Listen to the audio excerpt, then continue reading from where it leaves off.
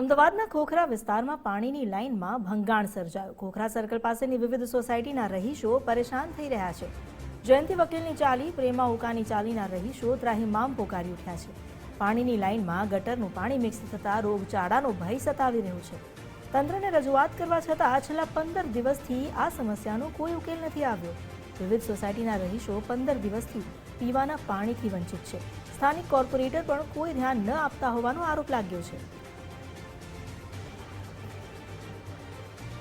ખોખરા વોર્ડમાં પાણીની લાઈન છે તેમાં ભંગાણ પડ્યું હતું અને આ ભંગાણના કારણે કહી શકાય કે પાણીની સમસ્યા ઊભી થઈ છે। છેલ્લા 15 કરતાં વધારે દિવસથી આ જે કામગીરી છે પાઇપલાઇન સમી કરવાની તે ચાલી રહી છે, પરંતુ હજુ સુધી કામગીરી પૂર્ણ થઈ નથી અને તેના જ કારણે ગંભીર પરિસ્થિતિ સર્જાઈ છે।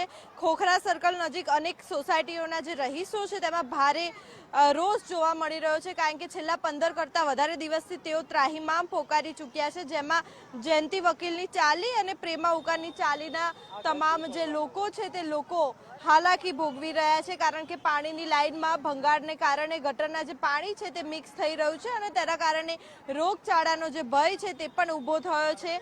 સ્થાનિકોએ તંત્રને વારંવાર રજૂ કરી હોવા છતાં છેલ્લા 15 દિવસથી કોઈ પ્રકારનો જે ઉકેલ છે તે ઉકેલ આવ્યો નથી। પરિણામે લોકો પીવાના પાણીથી વંચિત હોવાનું સામે આવી રહ્યું છે। આ જ મુદ્દે આપણે અહીંના જે સ્થાનિકો છે તેમની સાથે વાત કરવાનો પ્રયાસ કરીશું। કાકા, શું કહેશો, કેટલી સમસ્યા થઈ રહી છે? સમસ્યાઓ તો ઘણી બધી ગંભીર છે।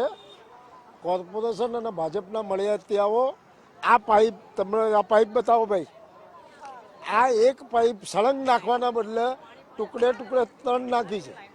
હવે આ રીતે છેલ્લા 15 દિવસથી આ લોકોના નાટક થઈ રહ્યા છે અને ચાલીવાળા ત્રાહિમામ પોકારી ગયા છે। એટલે આની જેમ બને એમ સત્વરે નિકાલ થાય। આ ભયની દિવાલ પણ પડવા આવી છે, સામે દેખાય છે। બિલકુલથી આપણી સાથે અન્ય લોકો પણ છે। કાકા, તમે શું કહેશો, કેટલી સમસ્યા થઈ રહી છે? બહુ ગંભીર સમસ્યા છે। અમારું ઘર છે ને નીચું પડવાની તૈયારીમાં છે। તમે ત્યાંનું ફોટોગ્રાફી કરી શકો છો બેન। 15 દિવસથી અમે એટલી તકલીફમાં છીએ ને, નહીં પૂછી શકતા તમે લોકો। બોલો, આ બેન છે, જો એમની બેબી છે, કેટલી બીમાર થઈ ગઈ છે, આજે પડતા રહી ગઈ નીચે। બિલકુલ, એટલે કે અહીંયા સમસ્યા જોવા મળી રહી છે। અહીંયા બહેનો પણ બધી ભેગી થઈ છે, બહેનો સાથે પણ વાત કરવાનો પ્રયાસ કરીશું। બા, આપ શું કહેશો, કેટલી હાલાકી પડી રહી? 15 દિવસથી આ બધું કામ ચાલે છે પણ હજુ કઈ નિકાલ આવતો નહીં, બરાબર? એટલે જેમ બને એમ જલ્દી સમસ્યા ઉકેલો। બિલકુલ, એટલે કે છેલ્લા આપણી સાથે અન્ય પણ મહિલાઓ છે। બેન, આપ શું કહેશો, રોગચાળો પણ ફેલાઈ શકે છે તેવી પણ શક્યતાઓ છે, ગંદકી છે, મચ્છરે બહુ પડી ગયા। 15 દિવસથી હેરાન થઈએ પાણી વગર, અને આ ગંદુ પાણી આવે। પાણી વગર શું કરવાનું?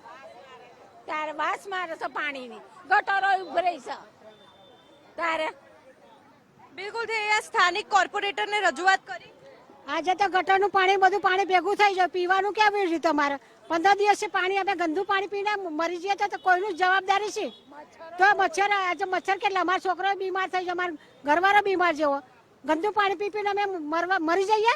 કોઈ સામું જોવા તો કોર્પોરેટરે કોઈ વોટ લેવા માટે ઉભા રહેશે, કોઈ આવ્યું ને અમારે સામે જોવા। 15 દિવસે અમે ગંદુ પાણી પીએ છીએ, કોઈ સામું જોતું નહીં। બિલકુલ, એટલે કે અહીંયા લોકોનો રોષ જોવા મળે। કાકા, આપ સ્થાનિક કોર્પોરેટરો કે કોઈ આવ્યું ખરા એમને રજૂઆત? કોર્પોરેટરો ભાજપના 3 છે, એમાંથી કોઈ દેખાતું જ નથી।